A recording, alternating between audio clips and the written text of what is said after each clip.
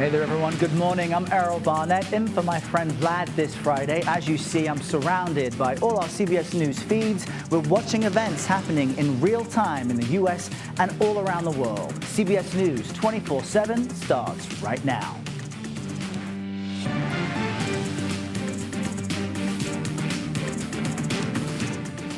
Millions of people are getting out of town for Labor Day weekend, which of course means major crowds at airports and heavy traffic there on the roads. We'll take you to one of the busiest airports right now.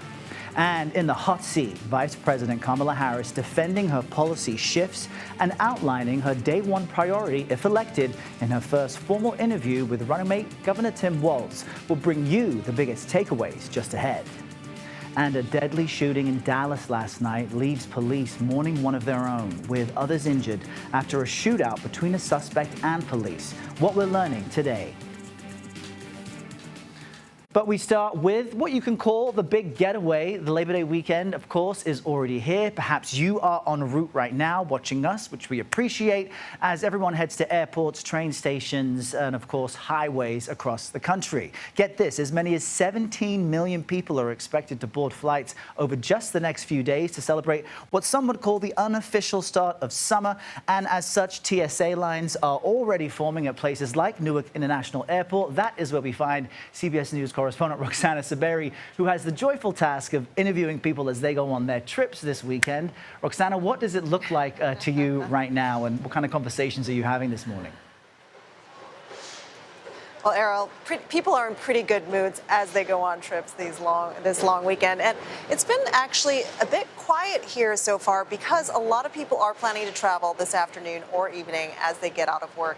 But millions of people, as you said, are planning to squeeze out the last bits of summer by taking to the skies. The TSA preparing to screen about 2.86 million people just today.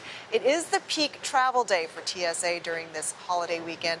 And the major U.S. carriers are also expecting to fly a record number of passengers. For United Airlines, nearly 500,000 passengers a day this weekend. And that is almost 4% more than this time last year. We just spoke to a spokesperson with United.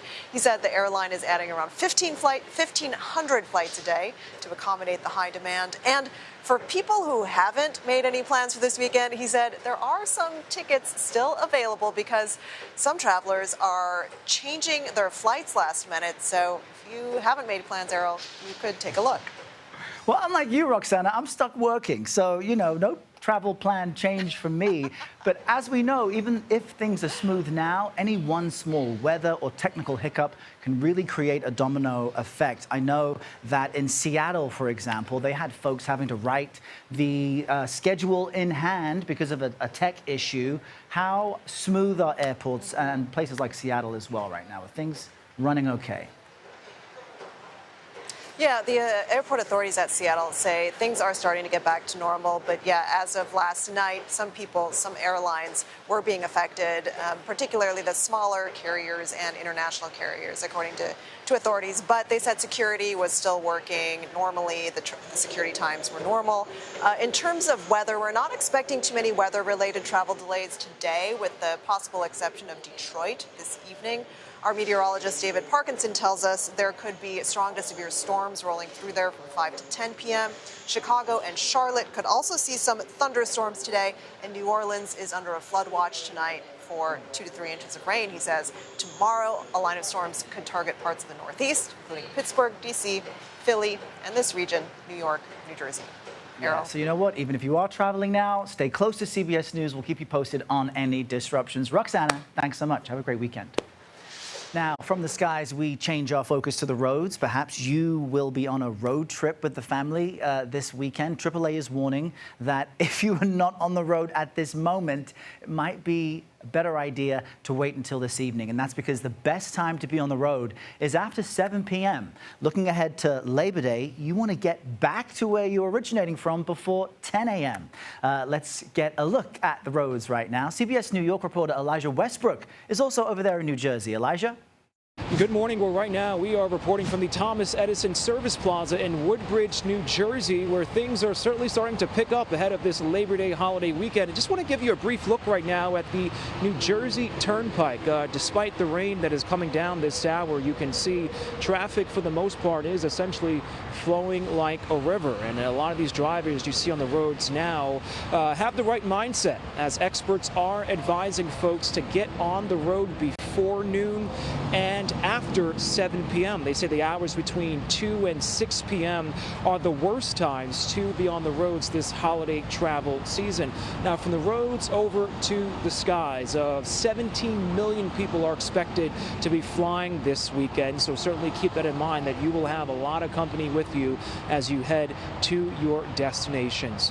As the latest at this time from Woodbridge, New Jersey, Elijah Westbrook, CBS News, New York. And to Elijah's point, the TSA is gearing up to screen more people today than yesterday in Pittsburgh. CBS News Pittsburgh reporter Lauren Linder takes a closer look at those wait times to get you through security. Well, right now at Pittsburgh International Airport, you can see that it is pretty calm, at least compared to what it was when we got here early this morning. Wait times just a couple minutes for all checkpoints. Either way, the spokesperson for TSA tells us they expect to screen about 4,000 more people today compared to the past 2 days here at Pittsburgh International. Now, TSA says this might be the busiest Labor Day weekend they've seen nationwide, across the country, ready to screen more than 17 million people yesterday and next Wednesday. Today, they're preparing for nearly 3 million alone. The spokesperson says here in Pittsburgh, they're fully staffed and all checkpoints are open. She advises people get here early, 2.5 to 3 hours, especially if you have a morning flight. Now, to save time, check in online when you can, allow time for parking, baggage, and for security. And if you end up in a long line, take advantage of that time. Take everything out of your pockets and put those items in your carry-on. Now, again, you can see that the lines are short here at security in Pittsburgh. Hopefully it will stay this way throughout the day. For now, reporting from Pittsburgh International Airport, Lauren Linder, CBS News, Pittsburgh. And only travel with a carry-on. That'll get you through security quicker as well. We want to bring in now CBS News Philadelphia meteorologist Grant Gilmore. I know you always travel light. Tell us what the national forecast looks like and where there might be some hiccups for folks moving around the country. Traveling light's always the goal, Errol, but it doesn't always end up that way, does it? I know. Hey, so going to try to keep weather impacts at a minimum. We are tracking that heavy rainfall across north central Gulf Coast there into southern Louisiana and the New Orleans area. They're going to have to watch out for some flooding range over the next several days. Meanwhile, a fairly strong cold front moving across the Midwestern states is going to bring a chance for some severe weather into the Detroit area. So if your flights take you through Detroit today, just know there may be some delays because of that threat for severe storms later on this afternoon into the evening. First, let's start on the northeast coast as we head through the Labor Day weekend. Rain to start, but improving conditions with that cold front that eventually gets up toward New York. Much nicer weather into Labor Day. Meanwhile, as you head south, there's that rainy weather. In fact, Miami looks, what you would expect. Temperatures in the mid-80s, but scattered showers and thunderstorms. A lot of rain expected, especially as we go into Labor Day for Houston. You head up to the north and west. Actually, pretty nice weather over on the west coast, though hot, but not bad as you head out into Denver. Temperatures in the upper 80s and lower 90s under mostly sunny skies. You head out to L.A., looking pretty good. Temperatures in the mid-70s, plenty of sunshine. Overall, looking good up towards Seattle, but we will see the chance of rain arriving as we go into late Monday into next week. But on the whole, the West Coast looks pretty nice for the holiday weekend. Errol, back to you. All right, Grant, thank you very much. Now, we're also following this developing story out of Texas this morning. It is jarring. A late-night shooting has killed a police officer there. It's wounded 2 others. Police later shot and killed the suspect. Overnight, there was a procession held outside the hospital for the fallen officer. CBS News Texas is all over this story, of course. You're looking at reporter Lauren Crawford, who is at Dallas Police Headquarters. Lauren, walk us through what happened, because the early details really are disturbing when you consider an officer seemed to have been shot while in his patrol car. Yeah, good morning. Well, right now we know that an officer in distress call came in just after 10 o'clock last night. Then we know responding officers found another officer shot inside of his marked patrol vehicle. Now, Dallas police tell us this morning that officers exchanged gunfire there at the scene with the suspect, and that's when 2 of those officers got shot. But Errol, 3 officers total were shot from the Dallas Police Department, and unfortunately, one of those deadly. What else do we know about the other officers who were wounded in this? Well, at last check about an hour ago, the 2 other officers were recovering at Baylor University Medical Center. We do know that one of those officers has serious injuries, but we are told by the chaplain at the hospital that both are expected to survive. Of course, the question is why would this happen? When you see that an officer is shot in their patrol car, you wonder, was that an ambush? I haven't seen that word used from officials yet, but have they suggested what a motive might be? Not yet. It's too early in the investigation to say. We are expecting to learn those details in the coming days, possibly as the investigation unfolds and we hear from the police chief. But another thing to add is that the suspect ended up leading on police to a chase that lasted about 30 minutes on the other side of the Metroplex. The chase ended up in Louisville, which is outside of Dallas County, again, about 32 miles away. And again, that suspect is dead. And Lauren, I know details are scarce at this moment, but do we know anything about the fallen officer? We do not right now. We just know that a lot of people were backing him. He had a lot of support in the community because, as we saw early this morning about 4 o'clock, we had a huge procession happening outside of the hospital. So a lot of people honoring him this morning across Dallas. Yeah, and as we've mentioned, this happened, approximately 12 hours ago. Details are scarce. Lauren Crawford, thanks for bringing us what you do know on this really tragic story. All right, we move on to this now. International headlines. Israel pressing ahead with its massive military operation in the occupied West Bank. Now, the IDF says it killed 5 additional militants, including a top commander who they say was hiding inside a mosque. Israel claims that commander was responsible for attacks on Israeli citizens and that the army uncovered weapons, explosive devices, and other military equipment in that mosque. CBS News foreign correspondent MTS Tayeb brings us more. MTS, good morning.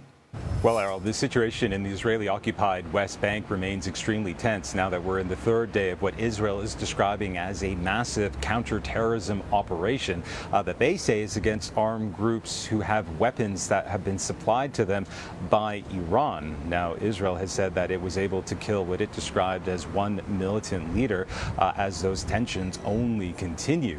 Now, in the background of all of this, Israel has also announced that it's agreed to 3 three-day pauses in the fighting in Gaza. Now, this comes after the first child in Gaza found with the polio virus, which has led to the paralysis of one of his legs, that doctors in Gaza were appealing for a pause in the fighting so that vaccinations could be administered to around 640,000 children. Now, as we've been saying, Israel has agreed to this. We've spoken to some Israeli officials who said that the reason they only did so after 11 months of brutal warfare was over concerns that polio could enter into Israel and potentially infect Israeli children. Whatever the case, those in Gaza are desperate for the fighting to end and, of course, have their children vaccinated, children which have suffered so much over the last nearly 11 months of brutal warfare. Errol. Such a good point. MTS, thank you. All right, we at this moment are learning some shocking breaking news. Professional hockey player Johnny Gaudreau has died. His team confirming that news this morning. We're going to bring you the latest on what exactly happened after this short break. You're streaming CBS News 24/7.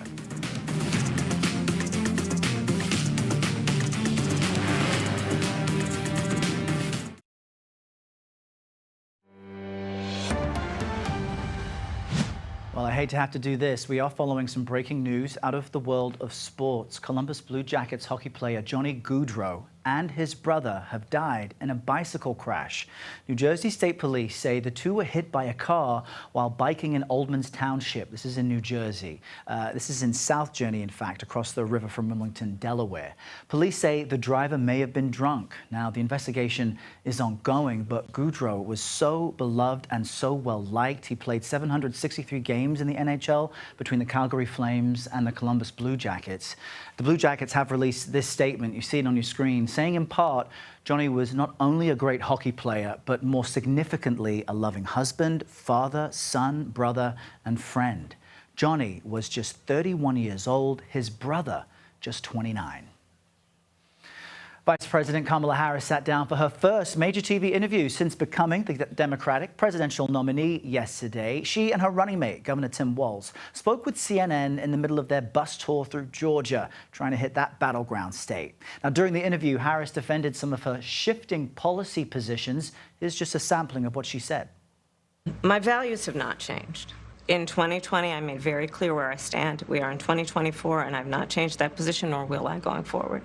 What I have seen is that we can grow and we can increase a thriving clean energy economy without banning fracking. Okay. I believe there should be consequence. We have laws that have to be followed and enforced that address and deal with people who cross our border illegally, and there should be consequences. But there was much more in that interview. Joining me now with a little bit of analysis on that is CBS News campaign reporter Nidia Cavazos, joining us from our Washington bureau. Nidia, one of the main questions Harris tackled was her stance on U.S. border security. She pointed to her time as California's Attorney General in tackling that topic. Did you hear anything definitive on that topic from this interview? We did, and we can definitely say that Vice President Kamala Harris was definitive and was certain about communicating that she believes that there needs to be consequences at the U.S. southern border when it comes to, the people crossing illegally, and also when it comes to the criminal organizations. Harris made it clear that she's the only presidential candidate who has actually prosecuted criminal organizations at the border compared to former President Donald Trump. And what we're seeing here is really a change from what we were seeing in 2019. We're seeing a Vice President Harris who is now campaigning on a more, taking a more broader approach to the southern border. We see that she's for consequences, but she's also not necessarily saying continuing this immigrant rhetoric, such as we're closing the border in that sense. Interesting, because when you speak about 2019, Harris acknowledged that she did support banning fracking then, and then she emphasized that from 2020 and on, her position changed. She didn't say why, but she said her values haven't changed. That stood out to me because, of course, any politician while running for the highest office changes policy positions to gain support. What stood out to you? We have definitely seen some policy changes from her 2020 campaign to what we're seeing now. But one of the other moments that also stood out is because it gives it some color to what was actually happening. Harris told us about the Sunday that she received the call from President Biden, telling her about his plans that he was exiting the race. And all of this truly goes to show how much of a surprise it was to Vice President Harris, since, she talks about the moment that she was at home Sunday. It was a Sunday. She was making breakfast. Her grandnieces, her family was present when she got this call. And she also tells us that President Biden immediately informed her that he was going to be supporting her. So we finally learned about some details, and this is the first time that she publicly spoke on this about what that Sunday was like for her when President Biden decided to drop out of the race. I was also surprised to find out she's never actually met former President Donald Trump in person. And the first time they will both meet and be face-to-face will be on the debate stage here in a couple of weeks. What then, Nidia, is next for the Harris-Walz campaign? Labor Day is next for the Harris and Walz campaign. We're going to be seeing both Harris and Walz campaign throughout different battleground states. Harris on one end is going to be tackling Michigan and Pennsylvania on the same day, and Governor Walz will be in Wisconsin. And after this, of course, much of the focus here is going to be on debate prep, as it is coming up on September 10th. All right, Nidia Cavazos, thank you so much. Check in with you again soon. Have a great weekend. We flip parties now. Meantime, former President Donald Trump also out on the campaign trail. He was in Michigan and Wisconsin, where he's focusing at this moment on women's reproductive care. In fact, Trump laid out his policies for IVF and fertilization treatments, saying if elected, he would require the costs of those treatments to be covered by the government or insurance companies. That is a big deal. Join me now with the latest on this is CBS News political correspondent Caitlin Huey-Burns. Caitlin, you've been following Trump and his policies and shifting messages for some time. Why is this such a significant mention from Trump post-DNC, post-polling, showing that Vice President Harris is really competitive when it comes to support from American women? Hey, Errol, great to see you. You're exactly right that this is notable that Trump brought this up on his own in a speech on the campaign trail, saying that he wants the government to pay in some way for IVF and fertility treatments. We'll get to kind of the details of that in a minute, but it's significant he's bringing it up now because you kind of look at the context in which this is happening. You see the polls tightening between himself and Kamala Harris. He's running against an entirely new opponent now, one who has made reproductive rights kind of centerpiece of her campaign and talks about it in a way that is very different from the way that President Biden would talk about it on the campaign trail. So you see that. You also see a significant gender gap in our CBS News polling. More women supporting Kamala Harris and more men supporting Donald Trump. So that gender gap is something to watch. But Donald Trump's really been kind of squeezed on this issue. We've seen over the past 2 years in elections, this has been a very difficult topic for Republicans in particular to navigate. And we saw throughout the primary, and we're seeing it now, the Republican candidate trying to kind of have it both ways here. And he's actually being squeezed by both sides. Conservatives are upset that he has backtracked in their view on a few positions here, and progressives are upset with him that he overturned, or he was, responsible for appointing the justices that overturned Roe in the first place. So they're not willing to give him any credit on any sort of moderation here. But I'll note, too, that, in our interview with Donald Trump just last week, I asked if he had any regrets about the overturning of Roe versus Wade, and he said no. But I also asked him if his administration would enforce the Comstock Act, which would prohibit the distribution of abortion medication by mail. And he said generally no, he doesn't want to enforce that. He generally wants medication abortion to be widely available. And that earned him a lot of backlash from conservatives there. So he's really kind of in between a rock and a hard place on this issue that is really now more at the forefront of this campaign. Yeah, and you wonder, Caitlin, for voters, can a candidate really have it both ways? Because on one hand, Trump is saying that you should vote for him because he appointed Supreme Court justices who overturned Roe versus Wade. But on the other hand, he seems to be waffling on an issue, I think it's called Amendment 4 in Florida, where he will vote. It also deals with this very stickly issue, and his answers to those questions are frustrating conservative evangelical voters on the right who would typically support him. Talk to us about if this works with his base. Yeah, and Errol, you're right to mention that ballot measure in Florida, because Trump's position has been this is an issue that should be decided by the states. And It is being decided by the states. In Florida, they will have a constitutional amendment to amend the Constitution to allow for abortion rights up to a certain period of time. Now, Trump is a Florida voter, and so we have been asking him repeatedly how he is going to vote on this measure. And he told us last week he will have a statement sometime soon. He told NBC yesterday that he doesn't like Florida's 6-week ban, and that got a lot of backlash from conservatives. But he hasn't said exactly how he would vote on this measure. And we've seen these measures over the past 2 years. When they've been on the ballot, they have passed, even in red states, even in places that you wouldn't expect them to. So not having a real answer here is something that has, frustrated conservatives and also, raised the focus really on how difficult this issue is for him to navigate. But I can say, Errol, that I just got back from Florida. I was there earlier this week talking to voters about this specific topic, and it is nuanced. People, have the capacity to think about a lot of different things at once in a lot of different ways. And I spoke to Trump supporters who backed Trump, but also backed abortion rights.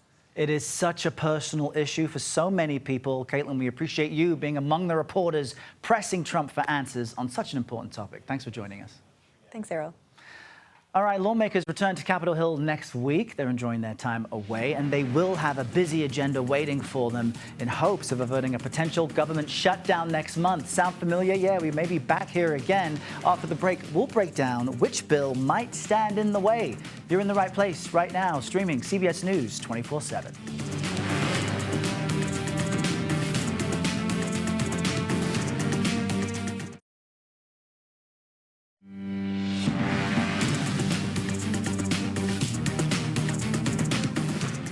We appreciate you staying with us, spending some of your day with us here at CBS News 24/7. This is a look at some of the top stories we're following. Fresh data from the Federal Reserve's preferred measure of inflation show that inflation rose slightly in July. Personal consumption expenditures up 0.2%, which was in line with economists' estimates. It also paves the way for a potential interest rate cut, which Fed Chair Jerome Powell signaled is likely at next month's meeting. You see the Dow Jones up 70 points this morning. And take a look at this video. An airplane in Japan had to abort a landing. This is in Fukuoka Airport. Strong winds from Typhoon Shanshan are really impacting travel there. The typhoon brought winds up to 112 miles per hour. That's strong enough to blow over moving trucks. The storm's expected to head to the central and eastern regions of the country through the weekend. The trial for the suspect in the 2022 murders of 4 University of Idaho college students, you see him there, is set to begin in June 2025. What we don't know, though, is where the trial will take place. You see, Brian Kohberger's defense team wants it moved from Moscow to Boise or another larger Idaho city, arguing it's the only way he'll get a fair trial. But prosecutors contend a venue change doesn't work for people involved in the trial, including witnesses. The judge said it will take time to make a decision.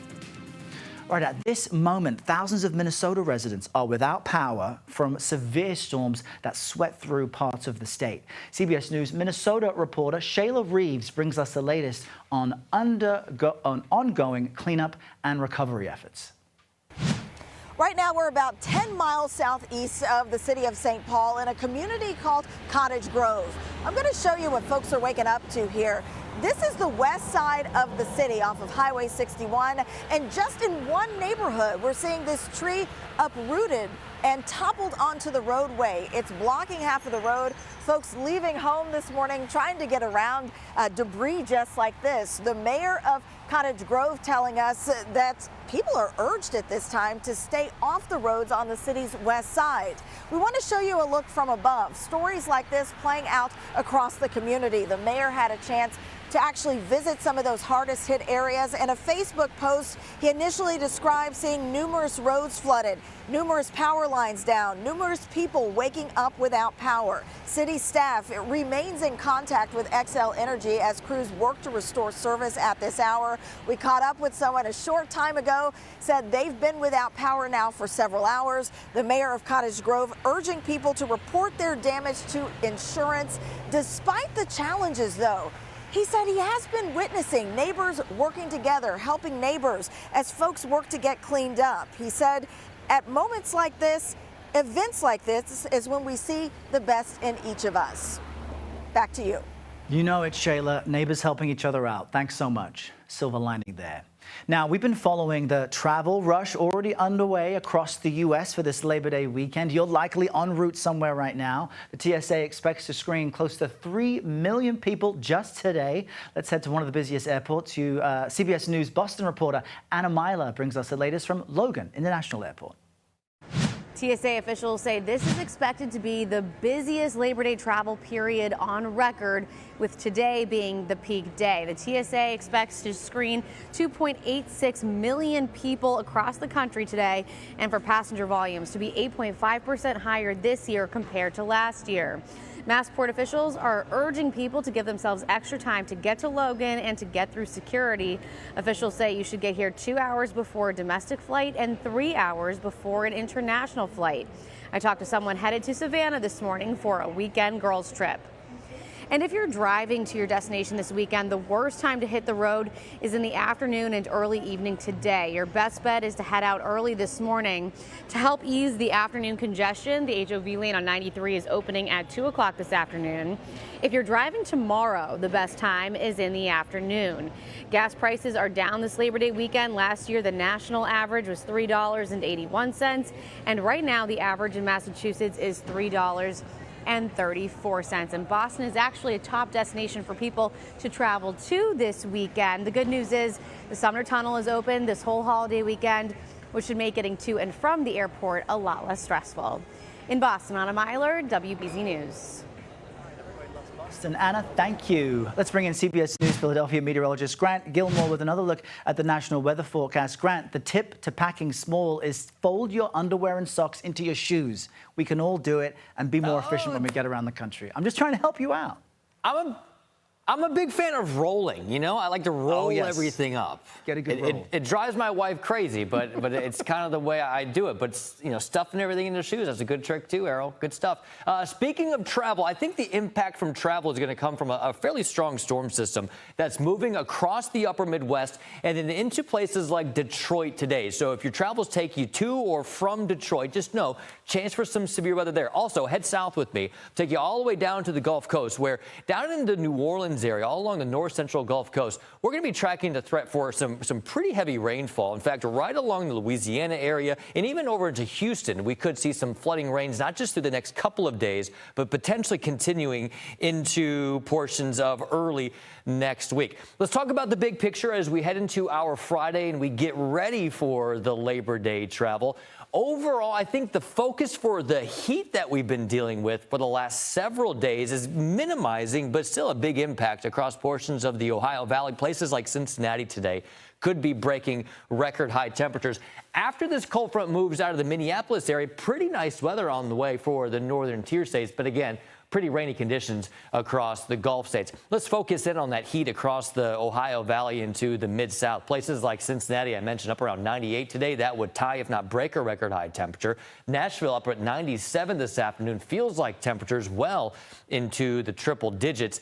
Now the Labor Day weekend. Warm conditions across the Midwestern states after today's stormy weather, but still rainy conditions across much of the mid-Mississippi Valley into the Northeast. Places like Atlanta, looking at the chance for afternoon showers and storms as we go into Sunday. A little bit farther south, almost typical summertime weather in Miami, 85 degrees almost every single day, or at least middle 80s, with a chance for scattered showers and storms.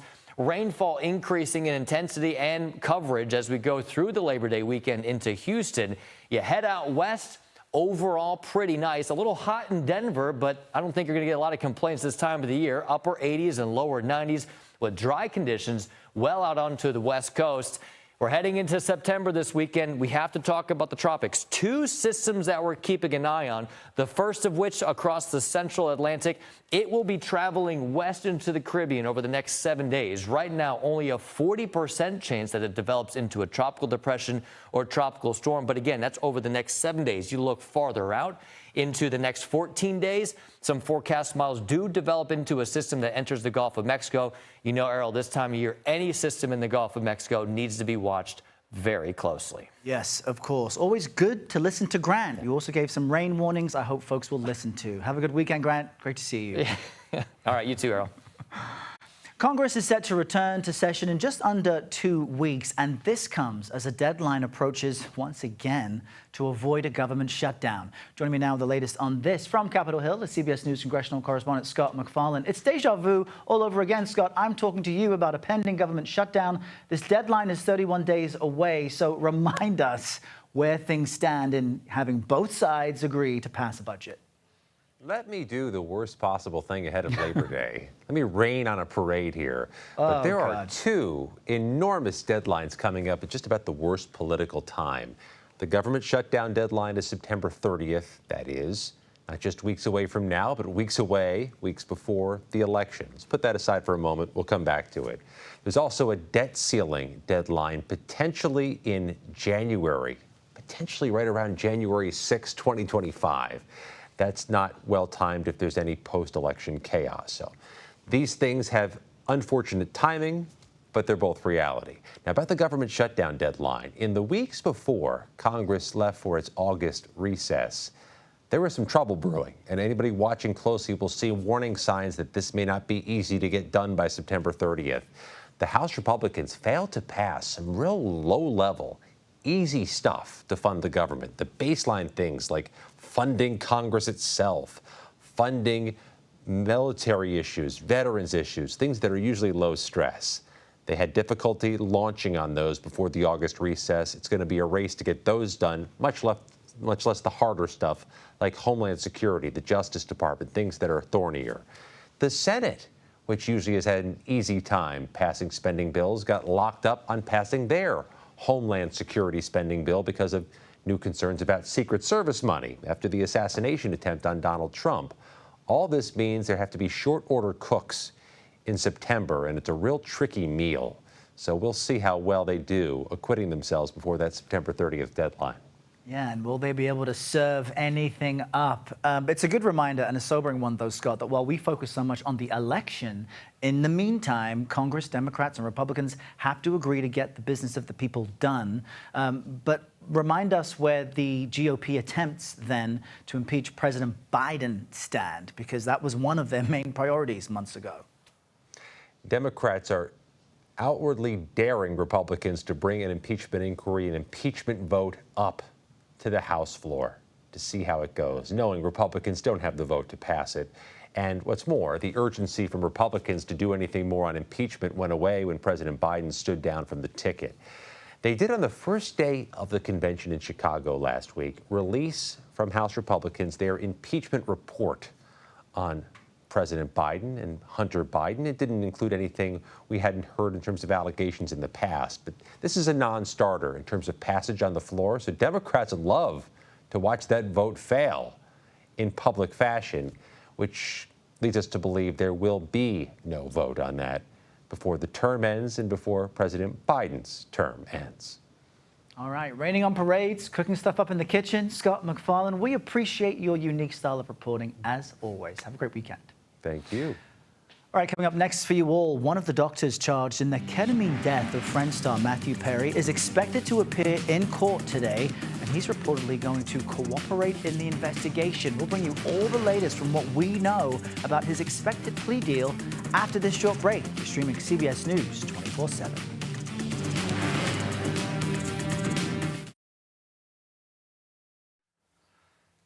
Well, for a long time, Friends was the most popular show in the country. Now, one of the doctors charged in the death of actor Matthew Perry is expected to plead guilty today. For more on this, I want to bring in CBS News legal contributor and Loyola Law School professor Jessica Levinson, who always helps us untangle sometimes complicated cases. Because, Jessica, what's interesting is that the doctors are being held liable for this actor's death. What might we hear in court today from this plea? It's a great question. It's the role that he played in Matthew Perry's death. And what's being alleged here is a conspiracy to illegally distribute ketamine. Now, we know that ketamine is used as an anesthetic, but increasingly it's used to treat depression. And the allegations here are that Matthew Perry said to his previous doctors, I need more, I need more, I need more, that he was addicted, that he couldn't get those doctors to prescribe more because they knew it was dangerous. And so he went to unsavory characters like Mark Chavez. And the allegations is that Mark Chavez, along with another doctor and some other players here, got the ketamine for Matthew Perry because he wanted to be paid for it, that he went to his former clinic, that he went to a wholesale distributor with fake prescriptions, obviously something that doctors cannot do. And he said, I need these doses of ketamine, and then sold them on to the people who actually provided them to Matthew Perry. That is a stunning allegation, because what we all believe is that when you pursue treatment from a doctor, they're giving you their best recommendation. If you want something you don't need, you shouldn't be able to get it. Depending on how this case may play out, what might the impact be for the rest of us when it comes to treatment from doctors and medicine, or at least in California where you are? Well, what we hope in all of these cases is that it is a one-off. And we know that when it comes to any profession, and as you mentioned, doctors hold a position of power. They are supposed to do nothing other than treat us, our healthcare providers. But we know there are bad actors in every profession. And so part of the reason, of course, that we talk about this case is that it involves Matthew Perry and his tragic death. But this might be a case we talk about anyway, because we want to make sure, and this is what the prosecutor said in their press conference, don't ever do this again. We will come after you. So part of what we need to look for in the sentencing is what sentence the judge gives. Is there a sentence here that says, not only we want to punish, but also we want to send a message, don't even think about something like this. We will come after you. Yeah, it's chilling to think there may be doctors out there who would rather pursue profit than treating someone and would put health at risk. We'll keep watching this case closely. And Jessica, of course, we'll see you again soon. Enjoy your weekend in the meantime. Thanks so much. All right, we want to get you a live look over at, what is it, LAX, one of my favorite airports out there in California. Can we see it? We are tracking a busy holiday travel season as millions of you get out of town for the Labor Day weekend. I hope you have something exciting planned. Next, we'll keep you up to date with growing crowds and your travel times. Stay right where you are. This is CBS News 24/7.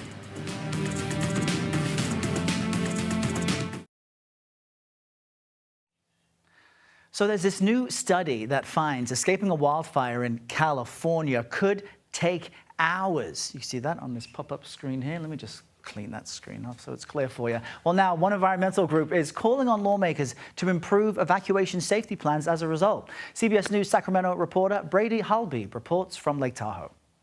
It's a scenario no one wants to see. Tens of thousands of people forced to flee a fast-moving fire. But a new analysis from the TahoeCleanAir.org found it could take up to 14 hours for communities to evacuate along the northwest shore.